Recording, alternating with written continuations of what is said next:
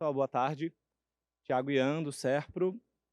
Primeiro, eu queria agradecer também a organização, né? Eu sei que, acho que todo mundo acabou falando isso, mas fazem 2 anos que eu não vejo as mesmas caras de novo, né? Na segurança a gente estava conversando isso antes e são sempre as mesmas pessoas. E vamos falar um pouquinho sobre isso aqui, sobre as dificuldades de trazer, inclusive, novas pessoas para o ambiente de segurança da informação, né? Acho que todos vão concordar comigo, a gente sempre vê as mesmas pessoas, né? E a gente já está ficando bem velho, aos pouquinhos a gente vai, né? E a gente precisa trazer mais gente nova. Então, primeiro eu queria agradecer o Gabriel, que falou agora antes de mim, né? Acho que era o Gabriel, o palestrante, né? Que já endereçou aquele vazamento de 220 milhões de CPF na conta de outra empresa, né? Porque na época tentaram culpar a gente, foi um rolo danado para a gente conseguir explicar o que tinha acontecido, né? Mas ele já deu o nome certinho aí de que aconteceu, né? Então eu não vou me meter. Pessoal, eu vou começar aqui, só deixa eu...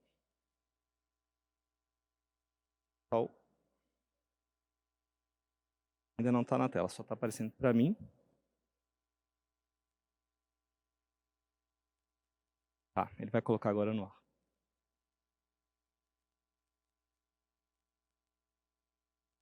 Tá, só voltar um aqui então. Pessoal, a ideia aqui, eu vou tirar o meu fone aqui, então qualquer coisa o pessoal levanta a mão aí se tiver algum probleminha, tá bom? A ideia aqui é a gente falar um pouco sobre o tratamento de incidentes de segurança, só que eu vou provocá-los com uma abordagem um pouco mais Red Team, tá? Já tive o prazer de ouvir outras palestras aqui e vi que um pessoal falou ideias semelhantes, né? Eu vi o Paixão falando do Sírio-Libanês, se eu não me engano, da forma que eles tratam incidentes lá. O Fábio trouxe já bastante novidades aqui sobre o caso do Uber, né? Vimos agora um pouquinho do setor médico também. Então, a ideia aqui é mais uma provocação e a gente conversar um pouquinho. Eu vou tentar terminar alguns minutos antes para abrir ou para perguntas ou para colocações, por assim dizer. Quem discordar ou quiser opinar ou quiser trazer também um caso de uso, acho que se conseguir encaixar no tempo aqui, eu prometo tentar, tá bom? Então, a ideia é falar um pouquinho sobre um SOC, o tratamento de incidente, dar uma abordagem rápida do cenário atual de ataques, tá? Depois, a parte que eu vou trazer uma metodologia que a gente gosta de evangelizar, por assim dizer, no tratamento de incidente, que é uma abordagem Red Team. E, por fim, nós vamos falar um pouquinho do perfil do Red Team também, tá bom? Então, acho que o primeiro ponto aqui é quando a gente fala de SOC, né? Começa a vir na cabeça de todo mundo uma série de coisas, sempre aquelas telonas bonitas. Até coloquei aqui uma menção ao Minority Report, né? Aquela coisa de eu arrasto uma tela para o lado, joga para outra, e a vida real é muito mais chata que isso, a vida real é muito mais difícil do que isso, né? Então, quando a gente fala de SOC, vem muitas coisas na cabeça. Eu não quis fazer aqui, mas poderia ter trazido aqueles memezinhos, né? O que minha mãe pensa, o que o meu colega de trabalho pensa, o que o fornecedor que vende tecnologia, ele não pensa, né? Ele vende, ele acredita naquilo, e a vida realmente como ela é, né? Mas então, no final, o pessoal imagina uma coisa meio Minority Report, né? E o SOC, ele tem que não só tratar os incidentes, como ele tem que ter uma bola de cristal, ele tem que adivinhar tudo o que vai acontecer. É isso que as pessoas pensam de um SOC.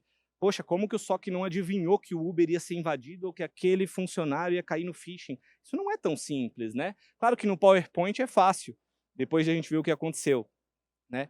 Mas então, a gente pensa assim, quando tudo funciona bem, quando as arquiteturas de segurança estão bem disponíveis na empresa, tudo funciona bem. Só que qual que é? Isso e a realidade, elas são muito distintas, né? Logo eu vou apresentar um outro slide aqui, com empresas que foram grandes empresas, né, ou talvez as principais invasões de 2021 ransomware e 2022, o que se sabe até agora. E aí a gente vai discutir um pouquinho em cima delas. Tá?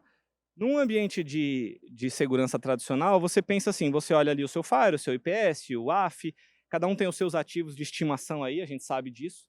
A gente sabe que o fornecedor vende a ideia que se você configurar direito o meu produto, é a bala de prata.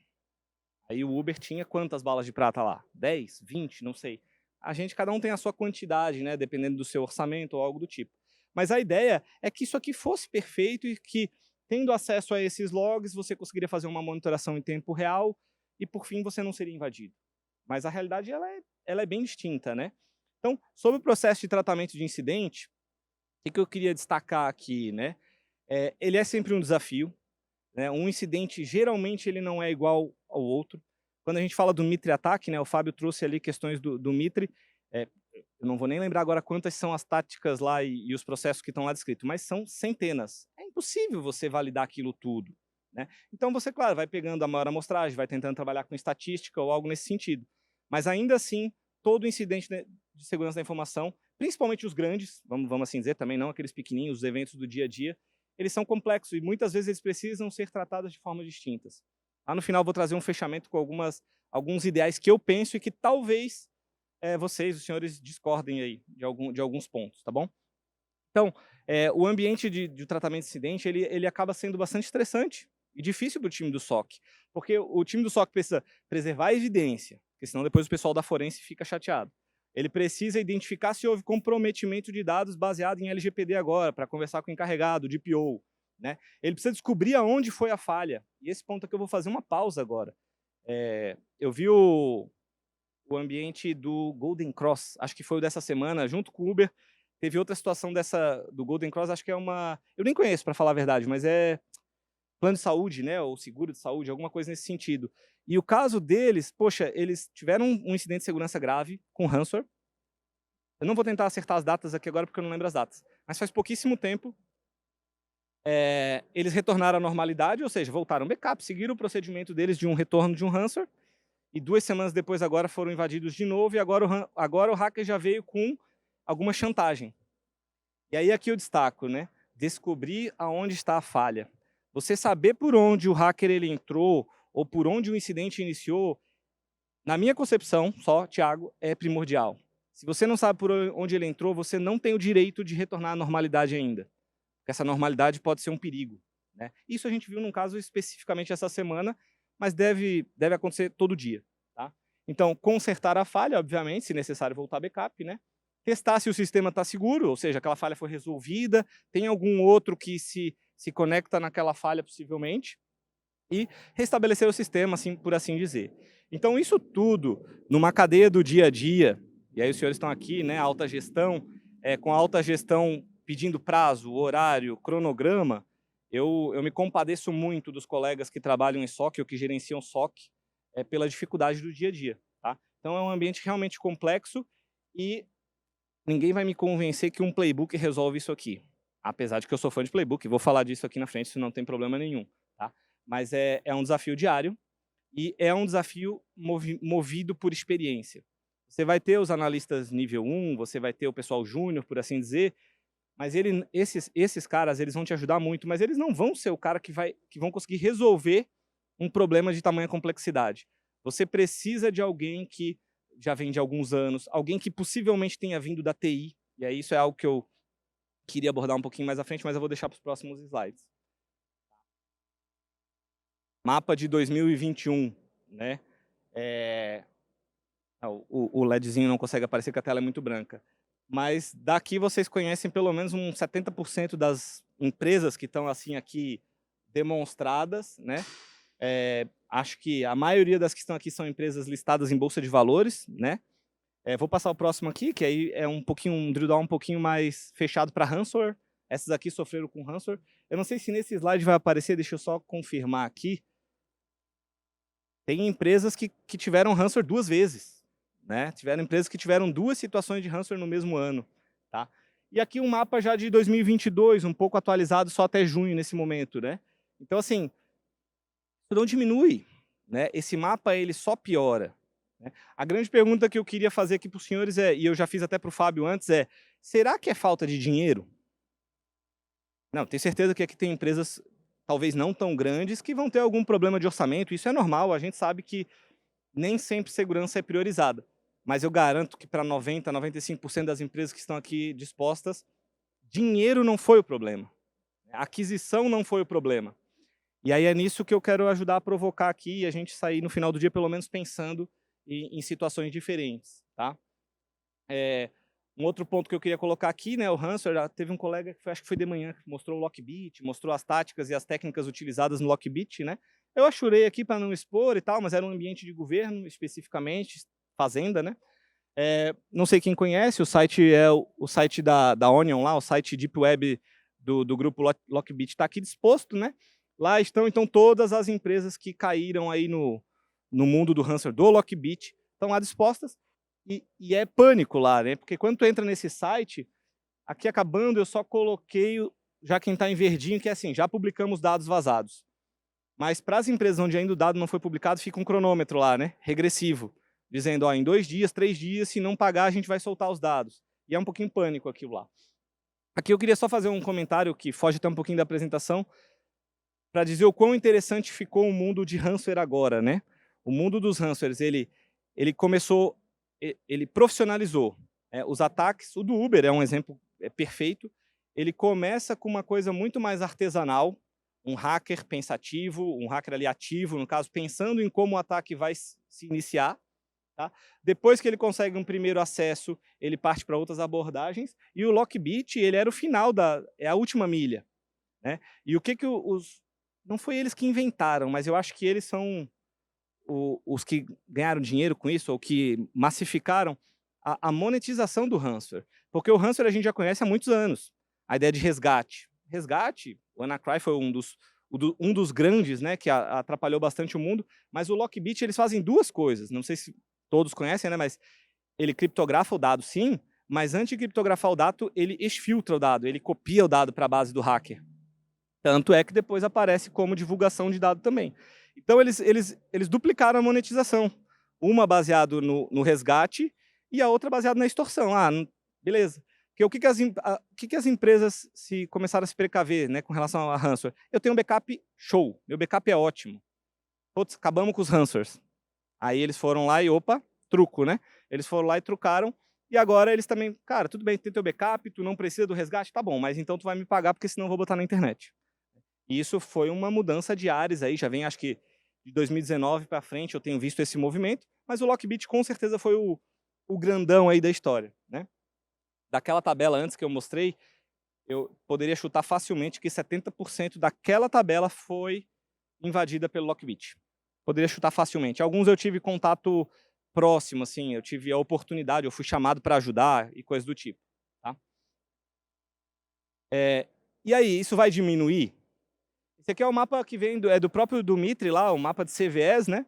E o amarelinho aqui, que talvez não dê para ver o ano, é o 2022, né? E ver, se a gente olhar o mapa de crescimento, 2017, 18, 19, 20, 21, o crescimento já é óbvio, né? Mas isso a gente já sabia. Agora, ver como 2022 embicou mais, né? Se a gente pegar uma métrica em junho, a gente está uns 2 meses adiantado aí em relação ao ano anterior. Enquanto que nos outros anos tu percebe que ficou próximo, um ano, um mês, metade de um mês para alcançar o mesmo nível de CVS. Agora nós já estamos dois meses adiantados na quantidade de CVS em relação ao mês ali do ano, né? Então esse negócio vai piorar. E aí outra visão, né? Aí já desde do ano 2000, CVS reportados, né? Aí eu pergunto para os senhores, vocês se preocupam só com CVS que são reportados? Eu acho que não, né? No final das contas, o famoso Zero Day, ou o Script Kid, que teve uma ideia interessante ali, ou uma falha de um abuso de um phishing, né? Que nem é um CVE. Na verdade, ele faz uso ali de uma engenharia, né, social. Mas vê, só em número de CVEs a gente já percebe o tamanho da encrenca. E, inclusive, que 2022 já começou no topo. Isso aqui deve se manter e a situação não é para melhorar. Então, se a gente que trabalha com segurança já não dorme direito, né, isso não deve melhorar no futuro próximo. Tá? Aqui vou trazer também 2 slidezinhos rápidos. Quem conhece, eu vou falar bem em português mesmo, mas o site, né, o Zerodium, que eles compram exploits, né? Não sei se vocês conhecem, se isso é tranquilo para todo mundo, mas você vê lá uma falha de Windows, né, com Remote Code Execution, valendo aí $1 milhão, tá? E aí é que eles botam, né? O WinRAR, né? Para quem não pagou lá os $40 a vida inteira, né, cara? O WinRAR, eles também conseguem fazer eles compram exploit nesse sentido. Não vou entrar no mérito da empresa aqui, eles dizem que fazem isso de forma tudo lista, que eles negociam depois com o fabricante. Não sei se eles negociam com o fabricante ou se eles negociam com terceiros, né? Então não vou entrar no mérito. Mas aí a gente vê também o mapa de mobile. Mobile pior ainda, né? Hoje em dia nem todo mundo carrega um notebook, mas todo mundo carrega um smartphone. E aí a gente vê lá, ó, um Android ou iOS lá, um exploit que seja um zero clique, que eles chamam principalmente, né? $2,5 milhões. Se você chegar com isso, com essa proposta lá, eles vão te embolsar em $2,5 milhões. Então, o que eu queria trazer com isso aqui é, o mercado já está se adaptando a trabalhar com Red Teams. Tá? O mercado já remunera um pouco o trabalho dos Red Teams. Claro que isso precisa melhorar muito, bug bounty, todo mundo já conhece essa história, né? Mas está pagando bem já. Já está começando a virar um negócio realmente relevante. Tá? E aí eu chego na parte que é para a gente discutir um pouquinho mais uma abordagem. Tá? Essa abordagem aqui que eu vou comentar, a maioria dos SOCs é baseada no NIST. Os 5 etapas do NIST, isso é normal. Cyber Kill Chain, a melhoria do SOC baseada no MITRE, né? Então isso já é bem comum. A gente pegou aqui um modelo e a gente fez uma espécie de a gente deu uma personalizada, vai. E o que a gente plotou? A gente tenta fazer os casos de uso do SOC hoje, as detecções automatizadas do SOC, elas tendem a estar em uma das etapas do que a gente chama aqui de um ataque. Um ataque, um hacker, ele passa por uma etapa de reconhecimento, de planejamento, num fórum, ou numa deep web, depois ele começa a partir para a parte de scanning. Ele vai começar a varrer tua rede, ele vai começar depois a enumerar os... não era para piscar assim, mas tá bom. Ele vai começar a enumerar qual é a versão de software, o que tu tem, onde estão teus logs4j que tu não corrigiu ainda, né? E o que isso aqui é importante? Mas isso aqui todo mundo sabe. Só que o legal é você pegar as técnicas que os hackers utilizam, para um hacker fazer uma evasão, ele vai passar por alguma dessas etapas. Talvez por todas, exagero. Hacker, eles também são preguiçosos, né? Eles pegam um atalho. Então, mas por algumas ele vai passar. E se você conseguir criar o seu SOC, os casos de uso, as detecções em cima de cada etapa dessas, você tem aí 6 chances de pegar ele. Então, se você faz um monitoramento de Deep Web, talvez você já comece a identificar o ataque lá na Deep Web. Puta, mas eu não tenho orçamento para isso, não tenho essa ferramenta. Tá bom. Mas você monitora quem está escaneando você? Se você fizer isso, talvez você já pare um ataque antes de ele realmente virar um ataque. Na enumeração, ou depois que um hacker ele conseguiu entrar, ele vai querer manter acesso. Então, ele vai começar a tentar fazer os movimentos laterais, que foi o que aconteceu com o Uber, né? Basicamente, ele entrou por um caminho, pelo que o colega explicou, o Fábio, e depois ele foi andando, foi para a AWS, foi para o G Suite, né? E teve acesso a diversos equipamentos. Você monitora isso? Seus casos de uso estão nessa etapa do ataque? Tá? E aí, os 2 últimos aqui, a ideia de manter acesso, né? O hacker ele vai tentar instalar um backdoor. Você monitora hoje o que acontece no seu sistema operacional, comandos dados, né? O usuário que entrou, deu comandos esquisitos, no Uber, nem o PAN funcionou. E o PAN deveria cuidar desse aspecto. Então, por isso que a ideia aqui é trazer, nem tudo é financeiro. A coisa é processo, a coisa é um time experiente. A técnica precisa ser baseada no que um hacker pensa, como um hacker pensa. Eu vou correr logo para o próximo slide, para a gente poder discutir um pouquinho melhor isso. Mas então, ocultou rastros. Pô, teu sistema operacional está apagando log? Poxa, se está apagando log, tem alguma coisa errada acontecendo. Né? Então, a ideia que a gente propõe e os outros colegas já fizeram essa proposta antes também, mas crie casos de uso no seu CIEM, no seu SOAR, ou em outras ferramentas que você tenha, que possam se encaixar em uma dessas 6 etapas. Se possível, tenha casos de uso para todas. E aí a sua chance de detecção em tempo real, lá o Minority Report, né, a previsão do apocalipse, talvez você consiga ver algumas horas antes. Bom? A ocultação dos rastros, né? E aí eu vou para o próximo slide. E aí aqui eu trago aplausos para o Red Team, né? Não posso nunca estou falando aqui em demérito de algum time ou supervalorizando outro time. Mas o que eu queria colocar sobre um time um Red Team, ele precisa ser um time altamente treinado, né? Estava conversando há pouco agora com o Fábio aqui, antes de subir aqui, e a gente estava falando. Hoje, o cara da segurança é o cara que fez diretamente uma faculdade de segurança da informação? Esse cara tem a vivência de um sistema operacional, de rede ou de código suficiente para poder entrar num Red Team ou para conduzir o tratamento de incidentes complexos? A minha visão, não. Mas o SOC precisa desse pessoal iniciando para que uma hora eles sejam sim experientes. Mas então, um Red Team, ele precisa ter um trabalho muito especialista, muito avançado. E a gente tem visto hoje, pelo menos eu tenho observado no mercado, aí eu vou falar um caso próprio, né?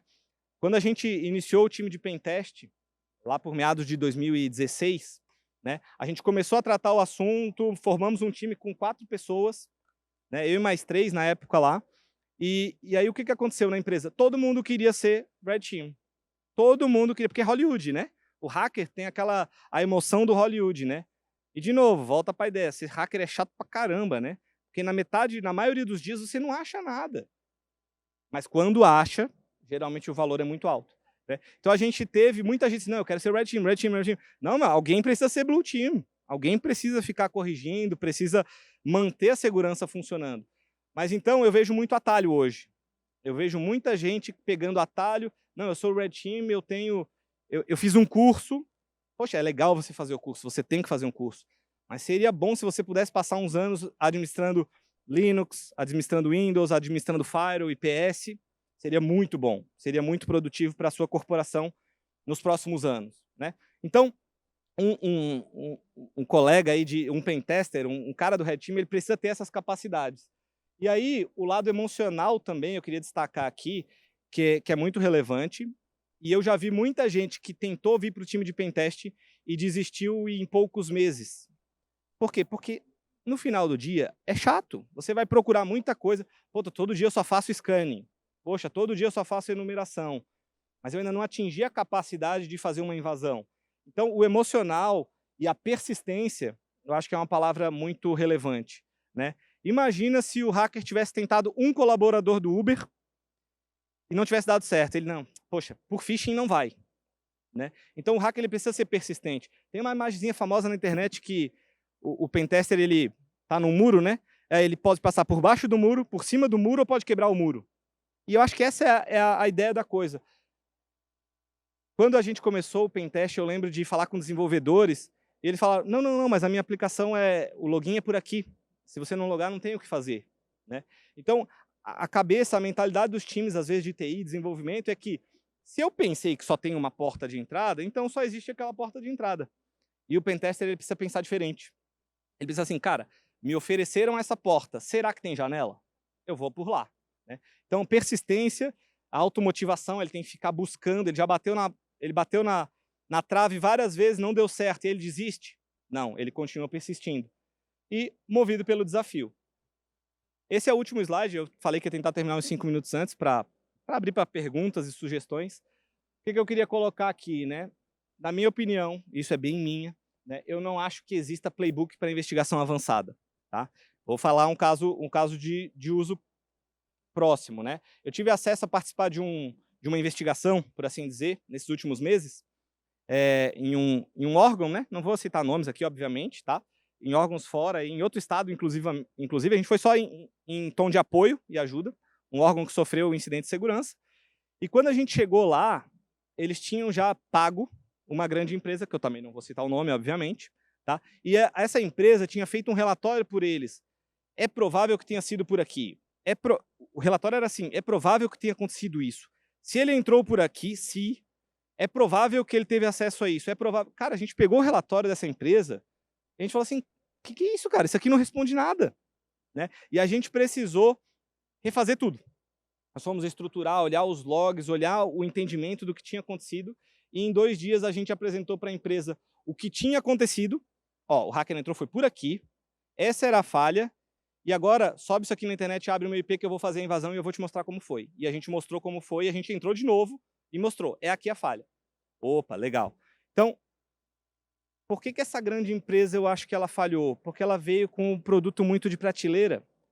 Não, se foi assim, é sempre assim. Então, se, talvez, se isso foi aquilo. Eu não gostei do que eu vi. Né? Fiquei um pouco decepcionado. Não estou dizendo que todas as empresas fazem dessa forma. Mas estou aqui reforçando a ideia de que incidente complexo não se trata com um playbook de prateleira. Você precisa de um time experiente, que possa avaliar o ambiente e discernir por onde foi. Tá? Os times ofensivos, os times de pentest, eles geralmente alcançam uma alta capacidade de resolução de problemas complexos. Tá?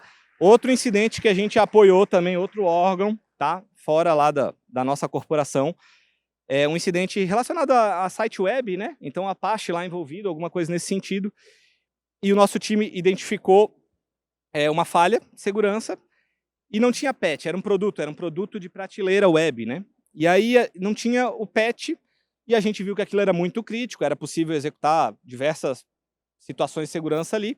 E com isso esse time de pentest, a gente chegou assim, cara, não tem patch, mas eu não posso tirar o ambiente do ar.